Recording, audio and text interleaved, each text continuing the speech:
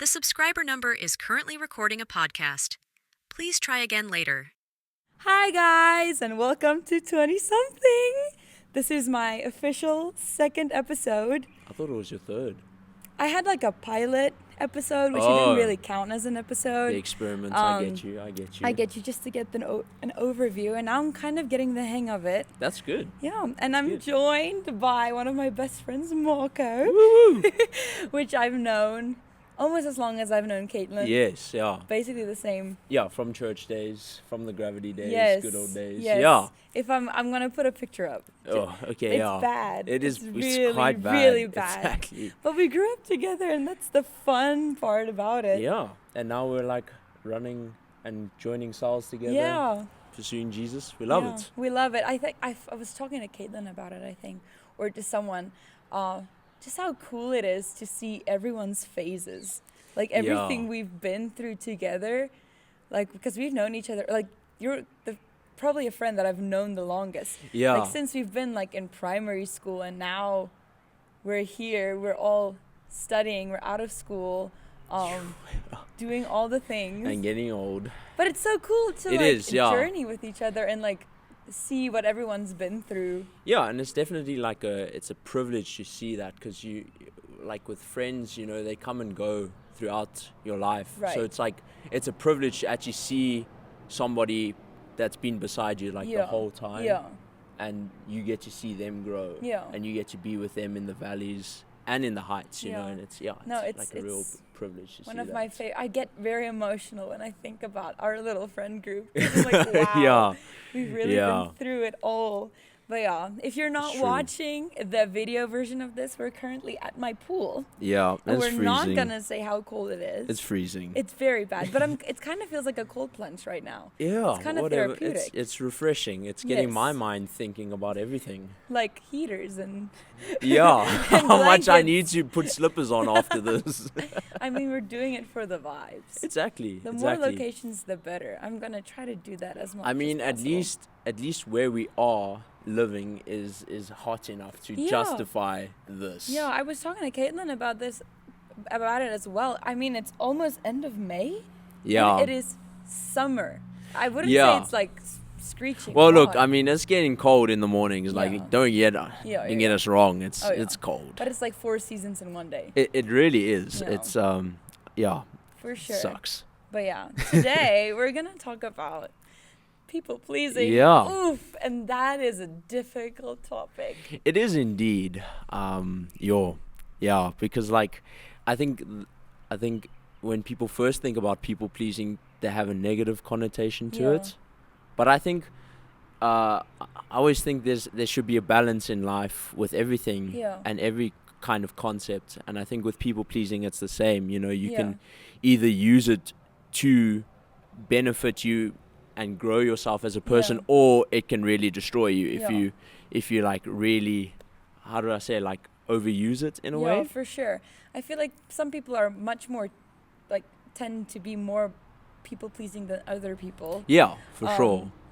And I think that's when the danger comes in. For me, I feel like, because I was thinking about this in the week, I'm not a people pleaser in the sense where I need to do as much as I can to make people happy and like just have my image right, and you know, like bend my back backwards Yeah. for anyone. I feel like my people pleasing is more in like critic. Like I take like people's opinions very seriously, and it has a very like big influence on me. And I, like you said, I think it's a good thing to have that. But for me, I feel like I can take that very literally. That's Yeah. a big word. It is a big word. Like especially in like negative Criticism. criticism really gets to me and kind of demotivates me in a whole way. I was thinking about it this week. I just submitted an assignment, and like for a first assignment, it was like the first of its kind, and I felt very like confident about it, and I got a lot of critique from my lecturer, like I didn't see, and then I'm like, I don't want to do anything after that, even though it's like a field, like, or a subject I love to do. The moment I feel like someone has something negative to say about what I'm doing, it kind of just demotivates me in a whole, and that's so bad. It is, and I think the same. It's like nearly the same for me as like my whole life, like when people pleasing got to be kind of like my identity, I would often like sacrifice what I stood for to be part of, you know, those friends, you know, that are cool and so on. And I mean, it often left me like more damaged at the end when I realized like I have to stop that, you know, kind of thing. But then again, like I use people pleasing when I serve in the church, because for me to bring a good Sunday service to a congregation brings me joy, and serving in the church and having that heart to serve, I think comes from a place of people pleasing, because bringing kingdom to others and being able to like be part of the process that takes place in, you know, is really cool. You know, I feel like there's a big difference between like having a serving heart and like wanting to help people and being kind. That is like the best type of people pleasing there is. Exactly. I feel like when it starts to like eat at your character, if it starts to like take a lot out of you, it's draining you, and like people are abusing that pleasing what do you call it, that privilege, or like your help in a way, that's when it gets like so bad in a way, and people just can miss so much just because they are so focused on what other people are thinking about them. And I think it's like how you said, like your like an opinion for people pleasers is like so greatly valued, but oftentimes I have to like remind myself that that's just an opinion of somebody else, you know, like what actually really matters is my choice, you know, and whether I like what I'm wearing now is not dependent and should not be dependent on somebody else, for example, you know, or stuff like that, you know, because I mean, I have no fashion sense. And when people like and when people say like, that doesn't really look good, and I'm like, well, you know, it's fine, like I value your opinion, because you know, I don't want to look too like trashy or whatnot, but like it's still like what I want to wear is what I want to wear, kind of thing. For like a really small example of that. And I think for me, when I moved to America, I think that was something that like really changed my whole idea of people pleasing, because over there people really do not care. Like they do whatever they want. There's like they're opinionated, but people don't really care about that.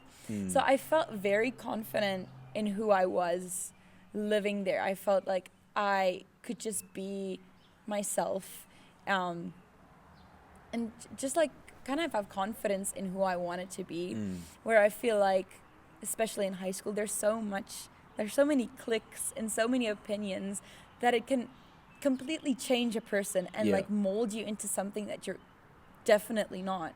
And I think it was so good for me to move out of country and just see, oh, you know what, people, they're themselves and they're fine, and everyone like is so accepting, not always in the best ways, but people are so accepting and kind of just like doing their own thing.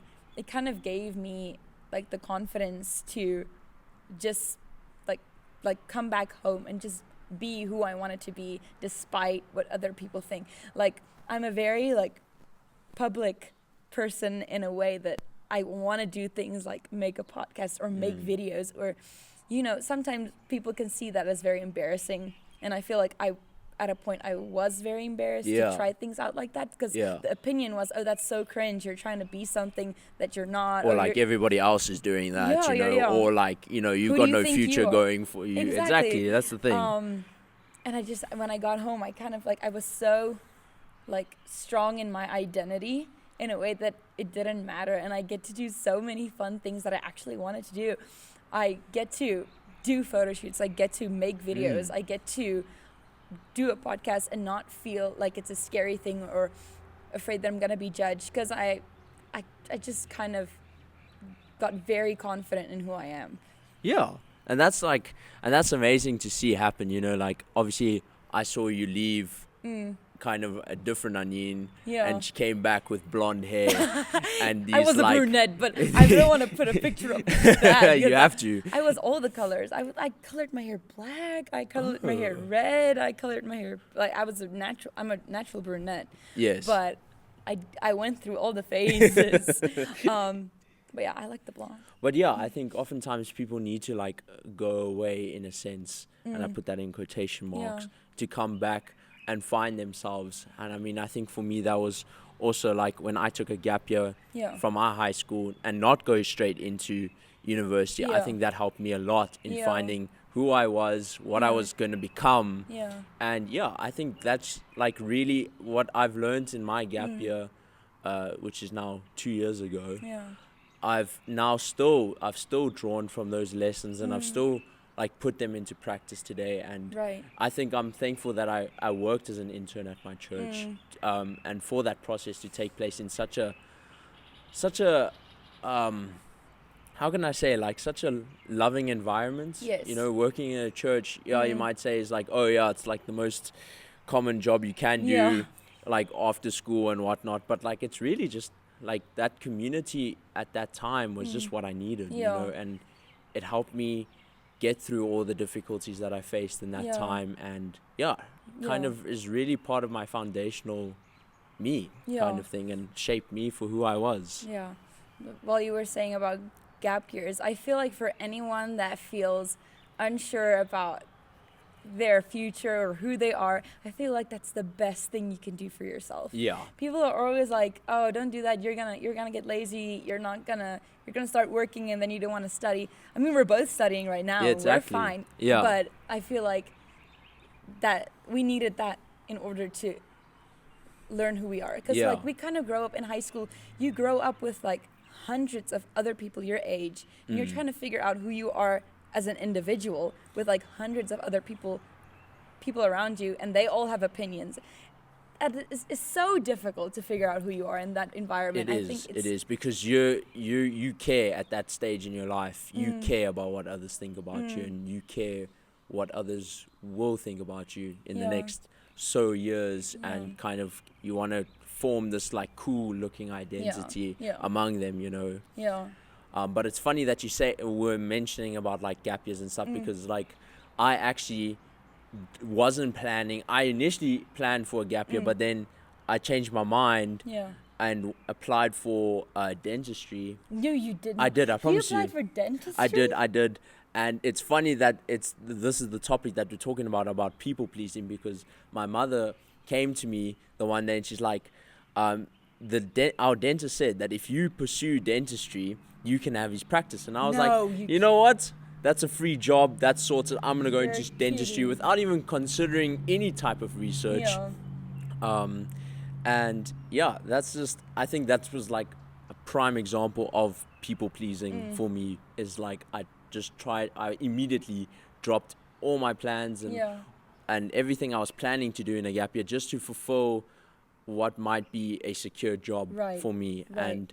But yeah, thank goodness I never went through with it, because I think everybody that I've spoken to about who studies dentistry just says They're it's like, not what it awful. is. Yeah, like it really gets depressing staring into somebody's mouth who Yeah. doesn't brush their I teeth can't daily, even you know, imagine. kind of That's thing. Terrible. So I'm really glad that didn't happen for me. Yeah. But I think that's like one of the prime examples of people pleasing Yeah. is Yeah, trying like to Yeah. because you know your siblings are doctors now, you're going to become the yes. dentist, so it's like kind of like an identity thing, you Yeah. know, like imagine that now people will really be pleased with me, Yeah.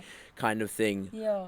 But yeah, For I'm sure. glad I'd take the church job any day over Yeah. dentistry. Oh yeah, I come out of a family of doctors and like math and science people, and Yeah. for me saying I wanted to go into like film and media and things like that was scary, and I wouldn't have done it if I feel like I was in a people pleasing mindset, especially before I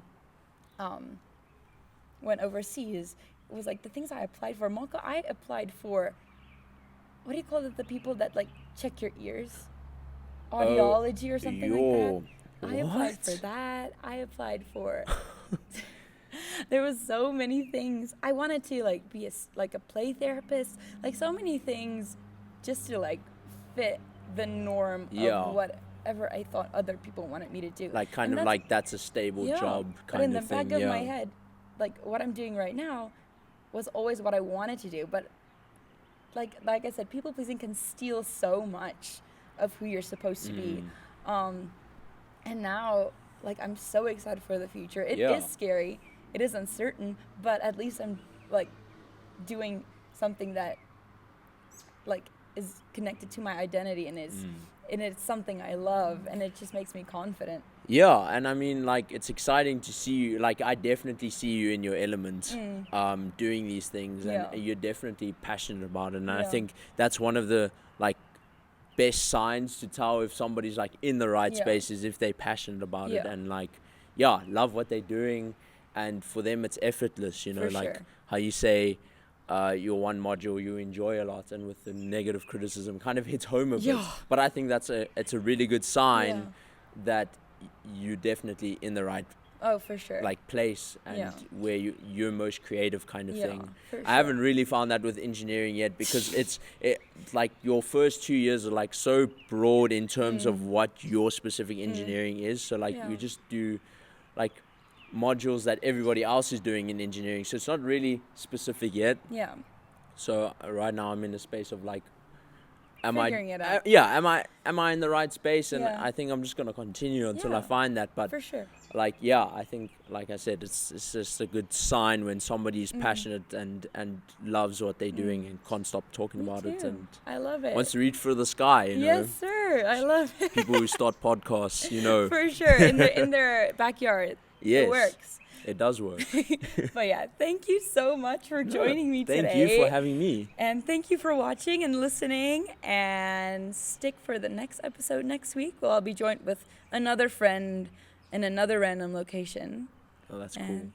See you guys. Bye. Bye.